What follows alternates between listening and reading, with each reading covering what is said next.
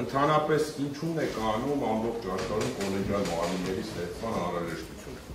Գրեթե յուրաքանչյուր պետության, տնտեսության այն ճյուղերը, որոնք դասում են որպես բնական մենաշնորհ, մշտապես առնչվում են պետության, տնտեսվարողի եւ սպառողի իրար հակասող շահերին, որոնք են դրանք։ Պետությունը մի շահ ունի շատ հարկեր հավաքել, շատ ներդրումներ կատարել, սպառողի շահը դա իհարկե էժան եւ ստաբիլ սակագին, դրա դիմաց որակյալ ծառայության մատուցում, ենթակառուցվածքների մատչելի եւ արագ հասանելիություն եւ իհարկե տնտեսվարողը այդ թվում պետականություն, սեփականություն հանդես պետականության սեփականությամբ շահը բնական մենաշնորհի սուբյեկտ որպես շահույթի ստացում, նվազարկեր, ներդրումների երաշխավորած վերադարձ։ Այ հենց այս շահերի բախումը, որը գոյություն ունի բնական մենաշնորհի ոլորտում, ստիպում է եւ օրհասական է բոլոր պետությունների համար ստեղծել միակ այդ բոլոր շահերի հավասարակշռման կետը օղակը իդեմս կոլեգիալ կարգավորող մարմինների տեսքով։ Մեր պետությունը դեռևս 97 թվականից որոշել է այդ ուղով շարժվել եւ հիմնադրումից ի վեր 97 թվականի հանձնաժողովից համաշխարհային բանկի մասնագետների սկսած վերջացրած այլ հեղինակավոր մասնագետներից, որոնք ահռելի փորձ ունեին այս կարգավորման ոլորտներում, օժանդակեցին պետությանը եւ ստեղծվեց մի հատ օրենք եւ օրենսդրական դաշտ, որը նույն մասնագետների եւ միջազգային կառույցների գրանցմամբ գրեթե լավագույն օրենքներից մեկն է։ Եվ ՀՑԿ մարմնի մասին օրենքով սահմանվեց հանրային ծառայությունների կարգավորող հանձնաժողովը այդ թվում, то есть կարգավորող մարմնի միական առաքելությունը։ Դա է հավասարակշռել սպառողների եւ հանրային ծառայությունների ոլորտում կարգավորող գործունեություն ունեցող անձանց շահերը։ Միակ էական առաքելությունը եւ հետեւաբար հատկանշական է, որ նշվածից հենց այս առաքելության ներքո է պետությունը հանդիսանում եւս կարգավորման սուբյեկտ իր պետական սեփականություն հանդիսացող ընկերություններով։ Հիմա բնական մենաշնորհ համարվող բարդագույն տնտեսական ճյուղերը չեն կարող կարգավորվել մեկ պաշտոնյայի կողմից։ Եվ աշխարհի պետությունները կարգավորող մարմինները, որոնք ստեղծել են, դրանք գրեթե չկա բացառություն երևի, բոլորը կոլեգիալ են։ Կոլեգիալ են նաև, որովհետև հնարավոր չի այս բարդագույն, ծանրագույն, մեծ ֆինանսական շրջանառությունների ենթակառուցվածքների տեխնոլոգիաներով պայմանած մարմինները կարգավորի միանձնյա եւ կրել դրա համար միանձնյա ամբողջ պատասխանատվությունը։ Օրինակ, պատկերացրեք ինչքան որպես անալոգիա բերեմ, որպես օրինակ, պատկերացրեք օրենսդիրի նախագահ, բան ընդունում, որի արդյունքում օրենսդիրի նախագահը արդարադատության նախարարության հաղորդման հիման վրա իրավունք է ստանում միանձնյա օրենք ընդունել, որի կատարման պատասխանատվությունը դրվում է ազգային ժողովի վրա ամբողջությամբ։ Այստեղ է նաև խնդիրը ինստիտուցիոնալ առաջանում, որովհետև ըստ էության բազմաթիվ իրավական, տնտեսական գործառույթներ դառնում են անիմաստ։ Օրինակ, ինչպես բացակի կամ բացակի ինստիտուտ։ Հիմա ինչ-որ կասեմ, պարոն Մեսրոպյան, խնդրում եմ չանձնավորեք, որպես հանձնաժողովի նախագահ եմ ասում, օրինակ ինչքան կլիներ ուրախ հանձնաժողովի նախագահը, եթե ինքնաբացակը կամ բացակը ընդունվեր, որովհետև նախագահի ընդունած որոշման ամբողջ պատասխանատվությունը կրելու են 4 անդամները հանձնաժողովի։ Այսինքն ըստ էության ինքը ստացվում է մի հատ աբսուրդային իրավիճակ, որով պատասխանատվության համար պատասխանատու են այն մարդիկ, որոնք այդ գործողությունը չեն կատարել։ Ավելին, սահմանադրական կարգավորող անկախ մարմինները Հայաստանի Հանրապետության ըստ էության երկուսն են։ Դրանք հանձնաժողովն է հանրային ծառայություններ կարգավորող եւ կենտրոնական բանկը։ Այլ կարգավորող մարմին չկա, որովհետեւ նրանց է մենակ օրենսդրությամբ բնորոշ են գործառույթները, որոնք բնորոշ են կարգավորողին, մասնավորապես սակագնի սահմանում, գործունեության լիցենզիայի տրամադրում, այսինքն իրավունք, որ գործունեություն իրականացնեն, շուկայի կանոնների սահմանում, վերահսկողության սահմանում եւ այլ։ Երկուսն էլ կոլեգիալ են մինչ օրս։ Հիմա օրինակ հարց է առաջանում, եթե օրենսդիրը, պետությունը որոշում է կարգավորողների նկատմամբ կիրառել որոշակի առանձնահատուկ մոտեցում, ինչի նույն սկզբունքը չի կիրառում մյուս կարգավորող մարմնի վրա, մասնավորապես կենտրոնական բանկի։ Չէ՞ որ այնտեղ էլ բանկերը կարող են նման խնդիր առաջացնել եւ կարող է օրինակ առաջնահերթություն առաջանալ ֆինանսների նախարարության հաղորդման հիման վրա հանձնարարել կենտրոնական բանկի նախագահին դադարեցնել օրինակ մի հատ բանկի լիցենզը։ Մյուս խնդիրը այս բոլոր իրավակարգավորների ներքո օրենսդիր եւ գործադիր մարմինները արձագանքել են, որ էներգետիկ ոլորտում առկա է կառավարման ճգնաժամ, որը կամ չի նկատում ՀՑԿ-ն, կամ նկատում է, բայց իզորու չի օրենսդրությամբ ամրագրած իրավասությունների կոլեգիալության շրջանակում լուծում տալ, ճգնաժամին նպաստող կամ առկա խնդիրներին, եւ այս խնդիրը կարող է լուծվել միայն պետական լիազոր մարմնի տեղեկատվության հիման վրա, ՀՑԿ ընդամենը մեկ անդամի անհատական որոշմամբ։ Չեմ ուզում անդրադառնամ այն խնդրին, թե ինչ ընթացակարգով են կազմակերպվել թվարկված գործառույթների փոփոխությունները, օրենսդրական նախագծերը նկատի ունեն, որտեղ ինչքան հասկացանք ԶԼՄ-ներում տեղի ունեցած հանձնաժողովի նախագահի եւ լրագրողների բանավոր գրավոր շփումներին, տենց են անայդ դառավ, այդ օրենսների նախագծերը ուղարկվել են պաշտոնապես կարգի, չեն ուղարկվել, ինչ եք առարկել, ինչը չեք առարկել, համենայն դեպս ես հասկանում եմ եւ գիտեմ, որ դրանք թաքուն process, գաղտնի process չեն կարող լինել, դրանք պետք է լինեն թափանցիկ։ Նշվում է նաեւ օրենսդրի եւ գործադիրի կողմից, որ ճգնաժամը լուծելու այս իրավական գործիքակազմի կիրառումը ուղղված է հետևյալ նպատակներին՝ միտումնավոր եղանակով էներգետիկ ճգնաժամի ստեղծման ռիսկերի կանխարգելմանը,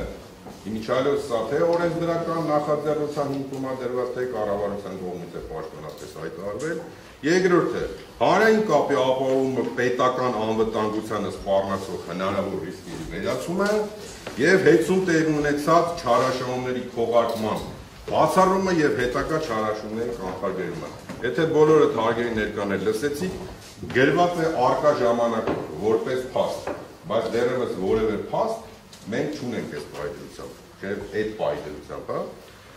Դրանից հետո լիազոր մարմինը կառավարության տկենը ներկայացնում է հաղորդում ՀՑԿ-ին, ՀՑԿ-ի նախագահին, որտեղ կայացած կառավարման ճգնաժամի վերաբերյալ նշում է ընդհանրապես 9 պատճառ, հա, 9 թե 10, որոնցից մեծ մասը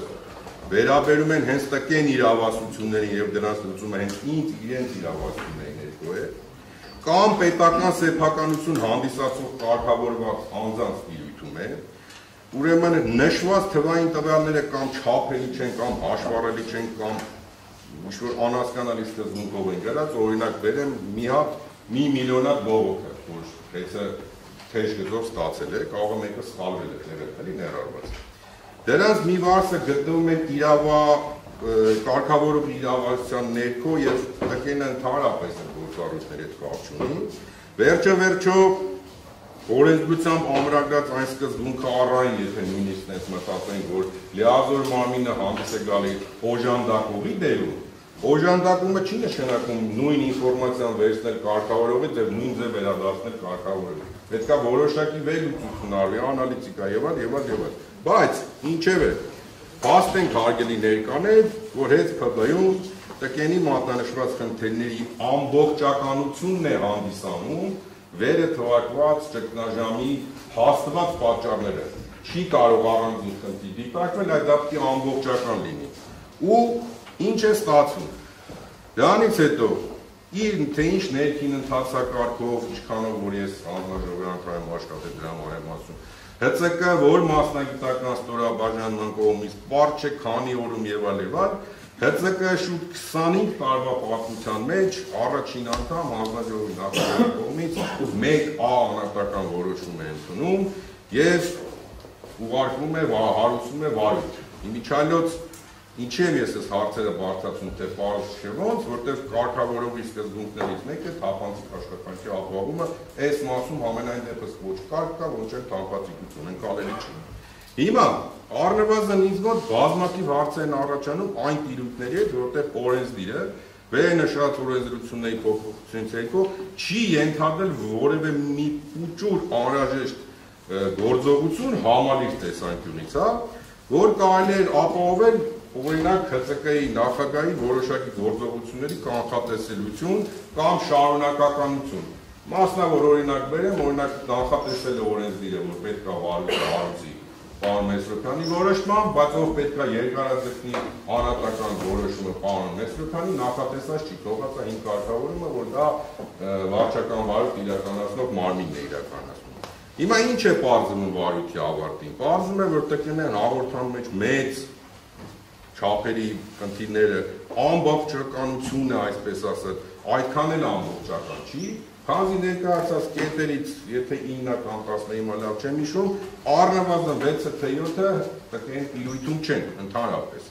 Իսկ եթե այդ ամբողջականությունը քանդվում է, հետ էին ասում իմ որոշ ընկերները, հետևաբար այն նպատակներին, որով կառավարվել ու առաջնորդվել է թե օրենսդիրը, թե գործադիրը, եթե ամբողջականությունը չկա, հետևաբար այդ ամբողջականության վարչակարգը չի կարող հավաստել, որ այն խնդիրների լուծմանը կարելի է այս մեթոդներով հասնել։ Մնաց 3 կետ այդ հաղորդման մեջ, որին ավելացավ եւս 3 կետ եւ ստացվող այնպես, որ այդ 6 կետներ գտնվում են կարգավորողի լիազորությունների տիրույթում եւ ՏԿ-ն հետ ընդհանրապես կապ չունեն։ Հիմա ինչ խնդիրներ, որ արձանագրել է հարգարժան հանձնաժողովը այս գործառույթների մեջ, այս վարույթի վերջնական որոշման մեջ, դրանք այն խնդիրներ են, որոնք մշտապես կան եւ լինելու են, որովհետեւ դրանք պայմանավորված են նախ եւ առաջ աշխարհում դեռևս այլ տեխնոլոգիա չմտածած գործող էլեկտրական էներգիայի բաշխման տեխնոլոգիայով, այլ տեխնոլոգիա մարդկությունը չի մտածել։ Պայմանավորված է մեծածավալ իմ բաժնետիրոջ կողմից, որին ես այստեղ ներկայացնում եմ, արդյունքում ներդրված նոր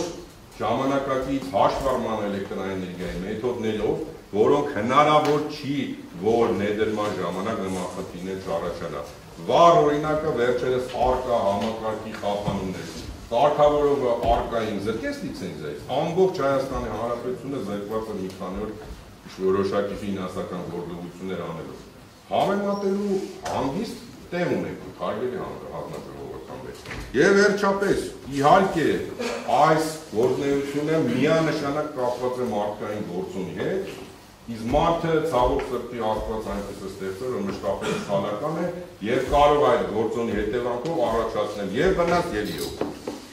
Եվ վերջապես, ես կուզենայի այս մասը անպայման նշել, որտեղ բազմիցս տարբեր պաշտոնյա, ոչ պաշտոնյա քաղաքական գործիչների կողմից նշվել է,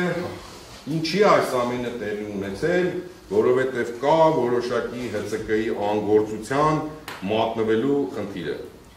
Իմ մասնագիտական, փորձագիտական ենթադրությունների, եզրակացությունների հիման վրա պետք է մատնանշեմ, որ ՀՑԿ-ի գործառույթների իրականացումը տեղի ունենում ժամանակային երկու տիրույթում, ռեանտը եւ դե ֆակտո, այսինքն նախապես եւ կատարված փաստի հիման վրա։ Ուզես թե չուզես, կարգավորման գործառույթի եւ պլանավորումը եւ իրականացումը կատարվում է այդ երկուսի, այսինքն կանխատեսելի եւ փաստացի ժամանակային տիրույթում։ Իհարկե նաեւ փաստացից հետո։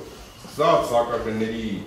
հաշվարկման մեթոդոլոգիայից եւ վերջացած փաստացի թե ինչ է կատարվել։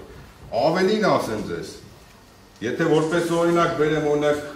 պարոն Ավինյանը չի թողի խափեմ, ներդրումային ծրագրերի իրականացումը։ Ես ճիշտ եմ, չէ՞ հիշում պարոն Ավինյան, որ յուրաքանչյուր ներդրումային ծրագիր կլինի դա Հայաստան էլեկտրական ցանցը կամ չգիտեմ Գազպրոմ Արմենիա, որոնք ուղարկում են հանձնաժողովի հաստատմանը, մշտապես գրավոր ուղարկում են կառավարության լիազոր մարմնին իրենց կարծիքին։ Ճիշտ եմ հիշում։ Կա այդ պրակտիկան, պահպանվում է։ Հետևաբար խոսք գնալ, որ հանձնաժողովը տեղյակ չի եղել կամ կառավարությանը տեղյակ չի պահել կամ լիազոր մարմին այն խնդիրներից, որոնք առկա են այս վիճակում, եւ այն պարագան, երբ որ ներդրումային ծրագրերը գրավոր ուղարկում են կառավարության լիազոր մարմնին եւ նա չի արձագանքում որևէ, չի կարելի ասել, որ հեծի ներդրումները իրականացել է կառավարության գործունեության կամ քաղաքական տնտեսական ուղղություններին ոչ համահունչ։ Ցանկացած առաջարկ կառավարության կողմից ներդրումային ծրագրերի ուղղության փոփոխության, ուղղությունների ավելացման մշտապես պարտավոր է կատարել պարտավոր է ուղղակի, թե դա ներառում է ներդրումային ծրագիր։ Եվ վերջապես բոլոր գործիքակազմը, ամբողջ գործիքակազմը, որը որ օժտված է կարգավորող մարմինը իր օրենսդրությամբ սահմանված լիազորությունների շրջանակներում, ամբողջովին բավարարում է, որպեսզի թե դե ֆակտո, թե պրեանտե լուծել այն բոլոր հարցերը, որոնք կուտակվել են Հայաստանի էլեկտրական ցանցերի առաջ։ Այսինքն դրա համար ուղղակի պետք է ոչ թե դա որակել որպես ոչ թե հանգործություն ՀՑԿ-ի կողմից, այլ պետք է անցնի այդ ժամանակը եւ փաստվի եւ փաստացի հիման վրա կատարվի որոշակի գործողություն։ Եվ վերջում, եթե նկատեցիք հարգելի գործընկերներ, ես որևէ կոնկրետ փաստ, որը մատնանշված է վարչական վարություն, մի հատ չեմ բարձրաձայնել, ընդամենը 1-2 օրինակ։ Ինչի չեմ բարձրաձայնել, որովհետև այս իմ թվարկվածը արդեն իսկ ապացույց է, որ օրենսդիրի կողմից այս օրենսդրական կարգավորման շրջանակներում խախտվել է հանձնաժողովի միակ կարևորագույն գործառույթը՝ շահերի հավասարակշռումը